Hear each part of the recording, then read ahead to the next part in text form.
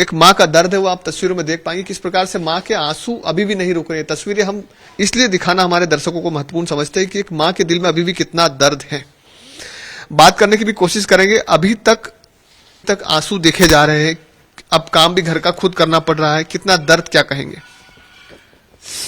क्या बोलूं मैं, बस मेरे को एक ही सोच हो रहा है कि मेरे छोरे की गलती क्या थी, मैंने उसको रोका क्यों नहीं, बस उसमें कुछ नहीं बोलना चाहिए। कहाँ जाते वक्त रोकने की बात कर रहे हैं? जब राजा हनीमून के लिए निकला था तब रोकने की बात कर रहे हैं? हाँ, जब मैंने रोका क्यों नहीं उसको, और मेरे को खुशी खुशी मैंने उसकी विदा करी, बाय करा। उसने बोला मम्मी बाय, मैं जा रहा हूँ, तो मैंने बोला बेटा बाय, ध्यान रखना, बस इतना ही बोला था।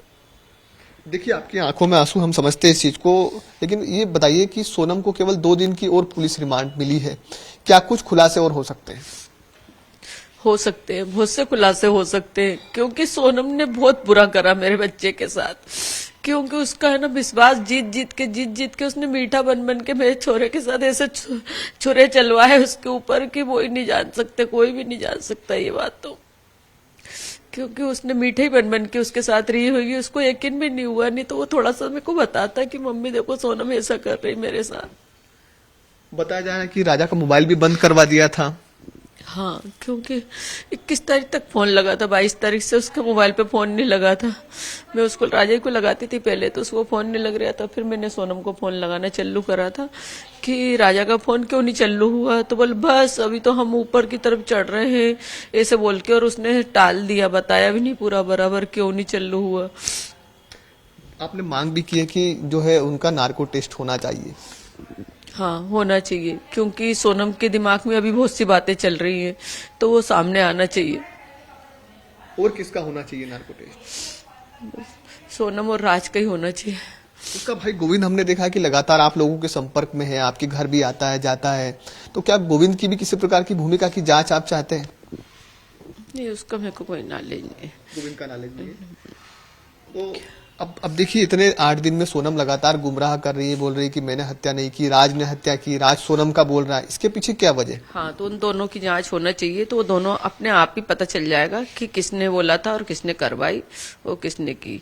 क्योंकि मेरे बच्चे की तो किसी से दुश्मनी ही नहीं है, सबसे बड़ी बात तो वो तो पहचानता भी नहीं है, और जिनने उसको मारा उनके हाथ क्यों नहीं कांपे? क्योंकि अगर किसी से दुश्मनी होती तो अपन एक बार मारेंगे तो अपन को ऐसा लगेगा, जबकि वो तो पहचानता भी नहीं किसी को भी, सोनम के अलावा वो किसी को नहीं पहचानता था इनमें से। हाँ, इनमें से किसी को नहीं पहचानता था, सिर्फ सोनम को पहचानता था वो बस। क्योंकि उससे शादी करी थी, इसलिए वो भरोसे पे उसके साथ चला गया, अगर वो अजनबी होती तो वो उसके साथ भी नहीं जाता। राजा की आपके साथ केमिस्ट्री अच्छी थी, काफी सारी बातें राजा आपको बताता था। सोनम के बारे में आपको क्या क्या राजा ने बताया था, क्या खूबी बताई थी, कोई कमी बताई थी? ऐसे कुछ भी नहीं बताया उसने मेरे को, क्योंकि मैंने पूछा ही नहीं। मेरे को अब पछतावा आ रहा है कि मैं क्यों नहीं गई उसके रूम में, एक बार पूछ के आई थी कि राजा सोनम का नेचर कैसा है, मैंने क्यों नहीं पूछा, मेरे को अपने आप पे बोल रहा। आपको लगता है आप बातचीत करते राजा से तो राजा बच सकता था? हाँ, ऐसा लगता मेरे को कि मैं पूछती तो राजा मेरे को कुछ न कुछ बताता, तो मैं बोलती नहीं बेटा उस पर भरोसा मत करना, थोड़ा सा ध्यान रखना। आपको कभी सोनम पे शक नहीं हुआ कि कोई षड्यंत्र कर रही है? घर में कैसे रहती थी वो जब दुल्हन बन के आई थी? कोई शक नहीं हुआ मेरे को, उस पे कोई शक नहीं हुआ। और क्यों एक सास समझेगी, मतलब कि नहीं नबेली बहू आई तो अपन उस पर शक करे? हमने तो पूरा विश्वास के साथ लेके आए थे उसको, बेटी बना के रखना चाहते थे? हमने तो उसको बेटी बना के लाए थे कि हमारे ना 3 बहू है, मतलब तो एक आध तो बेटी बनेगी हमारी। मगर हमको नहीं पता था कि इसके अंदर क्या चल रहा, तो उसके बेटी बनाने के चक्कर में मेरा बेटा ही खो दिया मैंने तो।